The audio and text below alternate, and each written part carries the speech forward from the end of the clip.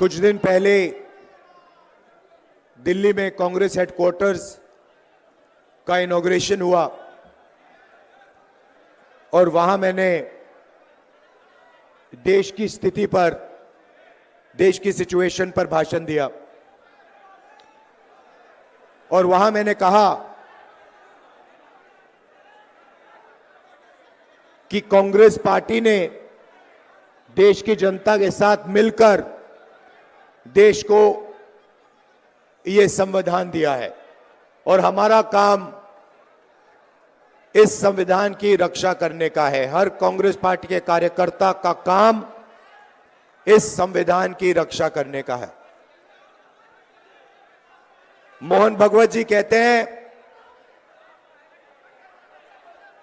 कि जब ये कॉन्स्टिट्यूशन बना था तब हिंदुस्तान को आजादी नहीं मिली थी, हिंदुस्तान को उसके बाद आजादी मिली है। इसका मतलब मोहन भगवत खुलकर कह रहे हैं कि मैं संविधान को एक्सेप्ट नहीं करता हूं और मैं संविधान के खिलाफ हूं, क्योंकि अगर वो आजादी को मानने के लिए तैयार नहीं है तो इसका मतलब है कि वो संविधान को नहीं मानते हैं। और कोने कोने में बीजेपी आरएसएस के लोग संविधान को खत्म करने में लगे हैं, हिंदुस्तान की गरीब जनता को कुचलने में लगे हुए हैं। देश का पूरा धन 20-25 अरबपतियों के हाथ जा रहा है। बिहार को देश की लेबर फैक्ट्री बना दी है। आप मेहनत करते हो, आप काम करते हो, आप जीएसटी देते हो, आप अपना खून पसीना देते हो और पूरा का पूरा धन, पूरा का पूरा फायदा 20-25 अरबपतियों के हाथ नरेंद्र मोदी कर देता है। संविधान की रक्षा सिर्फ कांग्रेस पार्टी का कार्यकर्ता कर सकता है। और मैं आपको एक और बात बोलना चाहता हूं कि यह विचारधारा की लड़ाई है और दो विचारधाराओं के बीच में लड़ाई है, यह भूलिए मत।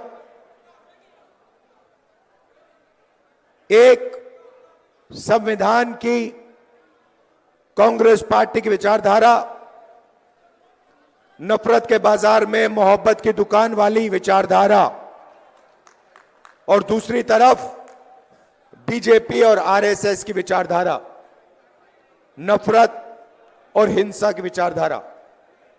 इन दोनों के बीच में लड़ाई चल रही है और मैं आपको कह सकता हूं कि बीजेपी का मुकाबला विचारधारा से ही होगा, कांग्रेस पार्टी की विचारधारा से ही होगा, और बीजेपी का मुकाबला सिर्फ कांग्रेस पार्टी का कार्यकर्ता और उसकी विचारधारा कर सकती है।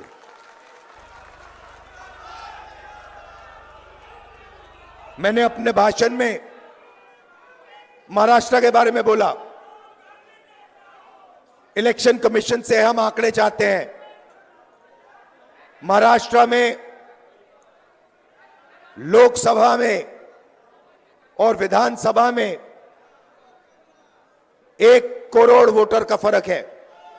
1 करोड़ लोगों ने विधानसभा में वोट दिया और लोकसभा में वोट नहीं दिया था। हम जानना चाहते हैं, इलेक्शन कमीशन से जानना चाहते हैं कौन लोग हैं, और हमने इलेक्शन कमीशन से कहा है कि आप हमें लोकसभा की महाराष्ट्र की वोटर लिस्ट दीजिए और विधानसभा की वोटर लिस्ट दीजिए, और इलेक्शन कमीशन हमें वोटर लिस्ट देने को तैयार नहीं है। यह देश के सामने सच्चाई है।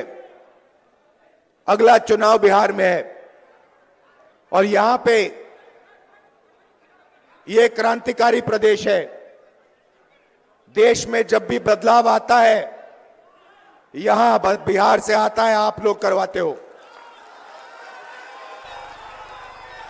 और इसीलिए कांग्रेस पार्टी को, इंडिया गठबंधन को एक साथ मिलकर बिहार में बीजेपी और आरएसएस को हराना है। यह विचारधारा की लड़ाई है। आप सबको तैयार हो जाना चाहिए। आप बब्बर शेर हो कांग्रेस पार्टी के, बब्बर शेर हो, टाइगर हो। आप तैयार हो जाओ। बीजेपी और आरएसएस की विचारधारा को बिहार में हमें हराना है। इंडिया गठबंधन के साथ खड़े होकर बिहार में हम इसको हराएंगे।